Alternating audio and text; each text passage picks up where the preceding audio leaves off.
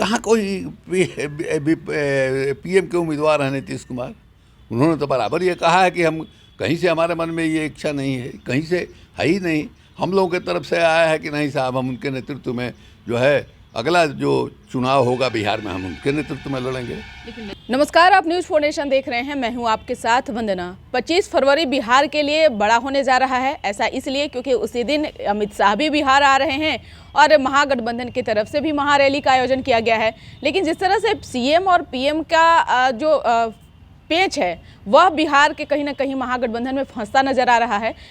इन कई मुद्दों को पर बात करने के लिए हमारे साथ बात करने के लिए हैं राष्ट्रीय जनता दल के वरिष्ठ नेता शिवानंद तिवारी सर। और इनसे सवाल है कि 25 फरवरी को अमित शाह जिस तरह से बिहार आ रहे हैं, आप लोगों का भी उस दिन महारैली होने जा रहा है, लेकिन सीएम और पीएम को लेकर के कहीं ना कहीं पेच फंसता दिख रहा है सर। कहीं कोई इस तरह का पेच नहीं है। ये मीडिया के लोगों का पेच जो है वो क्रिएट करते हैं। न्यूज़ कैसे बनेगा? तो अमित शाह आ रहे हैं, कोई पहली दफ़ा नहीं आ रहे हैं। इसके पहले भी दो तीन दफ़ा उनका कार्यक्रम बन चुका है। पार्टी के नेता हैं, उनकी पार्टी है यहाँ, उनको है कि नहीं साहब अगला जो लोकसभा का चुनाव है इसमें अधिकतम हम सीट जीते हैं। हमारा जो है महागठबंधन है, महागठबंधन ये चाहता है कि नहीं साहब 40 सीट बिहार में है और बहुत ही बड़ी संख्या है, और अगला जो माने लोकसभा का चुनाव होगा उसमें हम किसी तरह से भारतीय जनता पार्टी को सरकार बनाने से दिल्ली में रोकें, और उसके लिए ज़रूरी है कि अधिकांश सीट जो है हम जीत पाएँ। इसके पहले जो चुनाव हुआ था उसमें नीतीश कुमार उस समय एनडीए में थे और 39 सीट, 40 में 39 सीट जो है वो एनडीए ने जीता था। अब 39 सीट में अगर हम 39 सीट जो है महागठबंधन के पक्ष में कर लें तो दिल्ली में सरकार इनकी नहीं बनेगी। तो महागठबंधन की जो रैली हो रही है, रैली के पीछे यही है, उसी की तैयारी है। लोकसभा के चुनाव का समझिए कि इसी ढंग से आगाज हो रहा है। तो सबका अपना अपना प्रोग्राम है, बाकी कोई किसी तरह का प्रॉब्लम नहीं है। न सीएम का प्रॉब्लम है, न पीएम का प्रॉब्लम है। सीएम का चुनाव नहीं हो रहा है, पीएम का चुनाव हो रहा है।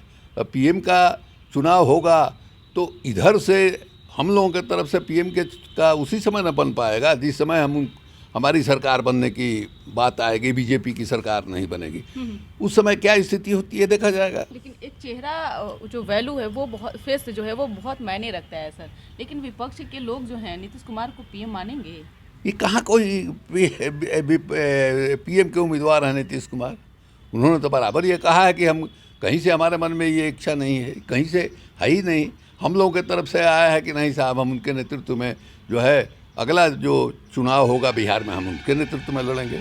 इसलिए अभी कहाँ कोई सवाल आया है कि नीतीश कुमार पर लोग मानेंगे कि नहीं मानेंगे। नीतीश कुमार ने कभी कहा है कि हम पीएम के उम्मीदवार हैं?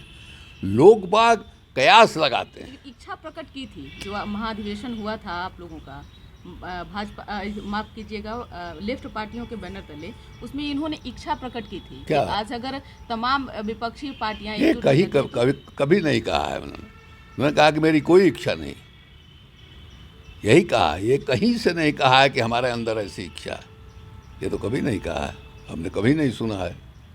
एक सवाल है कि राजद की तरफ से अब यह सवाल उठने लगा है कि केंद्र में नेतृत्व तय कर लिया है कि बिहार का अगला पीएम जो है तेजस्वी यादव, सीएम तेजस्वी यादव होंगे। भाई तो 2025 में तो सीएम का चुनाव होगा, अभी सीएम का चुनाव कहाँ समाया है? सीएम का कौन होगा ये 2025 में बिहार विधानसभा का जो चुनाव होगा उसमें तय होगा।